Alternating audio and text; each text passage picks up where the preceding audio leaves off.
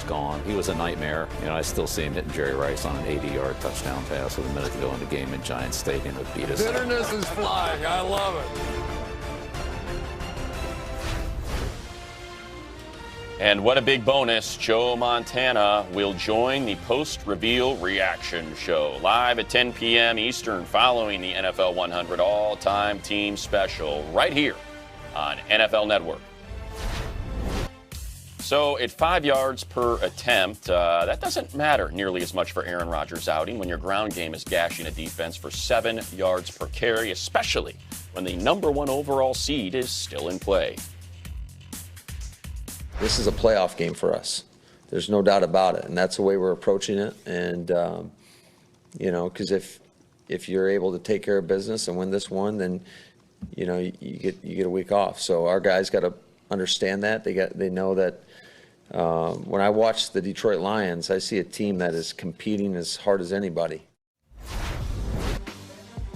Here are the Packers clinching scenarios. They will clinch home field advantage with a win and a 49ers loss. They will be the number 1 seed, and the path to Super Bowl 54 will go through Lambeau Field. Now they get a first-round bye. Should they win, they control that destiny, or if New Orleans lost, even if they drop their Week 17 contest. And here's your big picture for the NFC.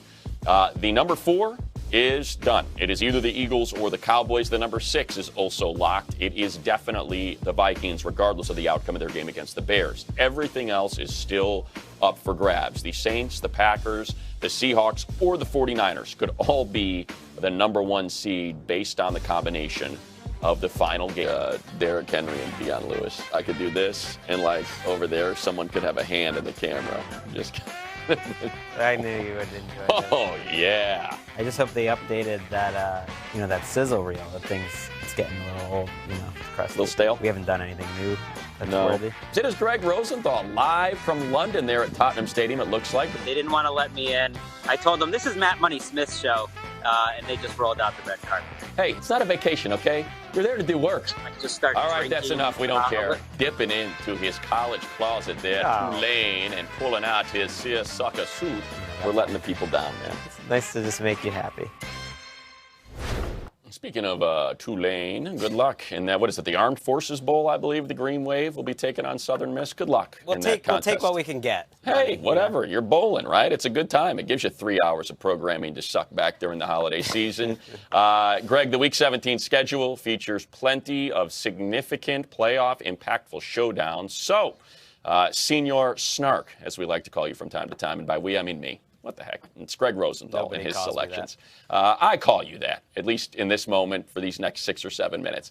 Let's go Ravens, Steelers, RG3 getting a start. A lot of starters perhaps sitting this one out for the Ravens. What do you see happening? I think the Ravens' backups are better than the Steelers' starters, and that they end their rival season with a win on Sunday. Wouldn't you take RG3 over Duck Hodges, Monty? I would. Yeah, I would. I would take Gus Edwards over Benny Snell or Jalen Samuels or whoever the Steelers are running out there. And I think you can only sit so many players, and Don Wink Martindale is going to be cooking up those blitzes. Remember back in 2004, Steelers fans will remember this. They were the number 1 seeded team. They benched their starters, and their backup, Tommy Maddox, beat a Bills team that was playing for a playoff spot up in Buffalo. This is very similar. I think the Ravens' backups win the game. Yeah, I would assume in a rivalry contest, the backups would be supremely motivated to vanquish the Steelers from the post-season picture. I thought you were going to get snarky and live up to your Senior Snark name and say I would take Gus Edwards over Duck Hodges. And I was going to say that's just me. I would maybe too. I mean, that's all right. Titans, Texans. For the Titans, it's win, and they are in. Texans also a team that's going to be resting some starters, it looks like. Yeah, the Steelers might take some of the drama, but I have the Titans winning this game largely because of A.J. Brown. I know he might not win Offensive Player of the Year or Offensive Rookie of the Year, but he'd be the guy that I would take moving forward, at least among the non-quarterbacks. He is so explosive. I think he's going to be one of the 5 or 7 best wide receivers in football. I think this matchup's very even. I think I would take the Titans in it, even if the Texans had everything to play for, and they don't. Bill O'Brien is making some noise that the starters will be playing and that they're playing to win. I don't care. I think the Titans get it done. Well, and by the way, I should mention there is a wrinkle. If somehow the Chargers can avoid a divisional sweep and defeat the Chiefs, then the Texans will, in fact, I believe, right, be playing for something. For the 3 seed, yeah, which could matter. Maybe so there you go. That could end up mattering. All right, to the Eagles and the Giants, and whether or not the Eagles can get that fun, because, they lose, and it really would just be the perfect ending to the NFC East. It would, but it would go against type for this team who knows how to finish strong. They finally found something on offense the last few weeks. Miles Sanders, over 333 yards from scrimmage over the last 2 weeks. Greg Ward has really stepped up. I think he's a better slot receiver than Nelson Aguilar. And I know Zach Ertz is not 100%, but this Eagles team, however they got there, they were suddenly in a game that matters last week, and they showed up. They responded. That's what they've done the last few years. It's like you, Money. I feel like part of this regular season, you've been showing up, but now that we're close to the playoffs, it's like we're seeing a little more humor. We're seeing a little better effort out of you. I think, I think that's fair. I'm a man who can take constructive criticism. You know what? Since we got a little bit of time here, I'm gonna make you go hot takey on me. Okay. Gregg Rosenthal, part of the Around the NFL podcast that's so popular, not in the States, but overseas. Which of the NFC East quarterbacks would you want for the next, let's say, 3 years? Any of the 4. Which do you want next 3 years? Any of the 4. But Yes. you got to go Carson Wentz. Okay. Because of the athleticism, and as much as I thought Dak Prescott's been underrated this year, Wentz can do a little bit more. And the last 3 weeks, especially playing his best when it matters, he gets it. I like it. I thought maybe you'd get super saucy and say, hey, 5 touchdown passes, Daniel Jones, No. big brain, super athlete. All right, fine. 49ers, Seahawks. This one's crazy. I mean, win, and you're the number 1 seed for the 49ers. Lose, and much like the Chargers last year, you're a 12-win team that's got to go on the road. I love the 49ers in this game, but I also love Pete Carroll for his sense of theatricality. He's like a network executive that, he sees the ratings dropping for a few weeks. Let's bring back up old star Marshawn Lynch from 3 or 4 years ago. What could be wrong? He's going to be our good luck charm, because if you look at the Seahawks and the 49ers, the biggest difference between them is luck. I mean, the 49ers have a plus 164 point differential on the season. The Seahawks have a plus 12. That's worse than the Buccaneers. The 49ers have 8 wins by more than 2 scores this season. The Seahawks have 1 win by more than 2 scores. That's the same as the Cincinnati Bengals. So as much as the luck and everything else seems to favor the Seahawks, I'm just going with the better team. I am taking the 49ers to get it done because they deserve it. Yeah, I'm still trying to process the word theatricality. Is that what you said? That's absolutely a word. Is it a word? I learned something today. I'm going to write that down. I'm going to write it down phonetically so I know how to pronounce it as well. Theatric.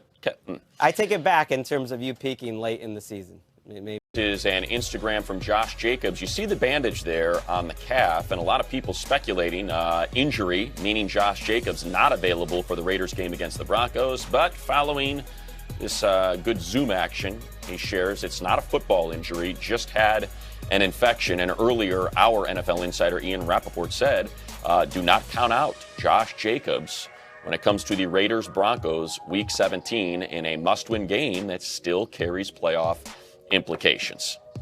Also, calf injury this time, not infection, but calf injury. Mark Ingram has shared that he believes he will, in fact, not only believes, but is confident, thanks to the Ravens having that number 1 seed and getting a bye through the first round of Wild Card Weekend, that he will be ready to go for the playoffs. It's been the last 2 games, 6 interceptions, and a passer rating that screams you cannot start me in a must-win Week 17. Yet, thanks to injuries, once again, it will be a chuck-it-duck contest. And you see the clinching scenarios for both of these teams. Right now, the Titans have the advantage. If they win, they are in as the 6th and final team in the AFC playoffs. They have to defeat the Houston Texans. They're good. Now, if they lose that game to Houston, they simply need Pittsburgh to lose to the Ravens and Indianapolis to lose to the Jaguars. For the Steelers, a little bit more complicated. They have to win. They also need Tennessee to lose. And then you see a host of other things, machinations, that would allow them to punch their ticket. But having lost to the Jets last week, they now have ceded control to their own destiny to the Tennessee Titans. And we now go to Pittsburgh, where she is currently sorting out if it's going to be savory or sweet for today's Kiesel crepes at the 2-Minute Grill. It is our Aditi cake while the Steelers, How as long we did that mentioned. one take you? How long did it take you to come up with that Honestly, one, Matt? maybe like 45 seconds. We can put together a menu together inside of 10 minutes. But cooking those crepes would be a different task entirely. It's Duck Hodges, Aditi. He is going to be under center. How are the Steelers approaching this must-win contest? Well, the Steelers are certainly hoping that Duck is not on the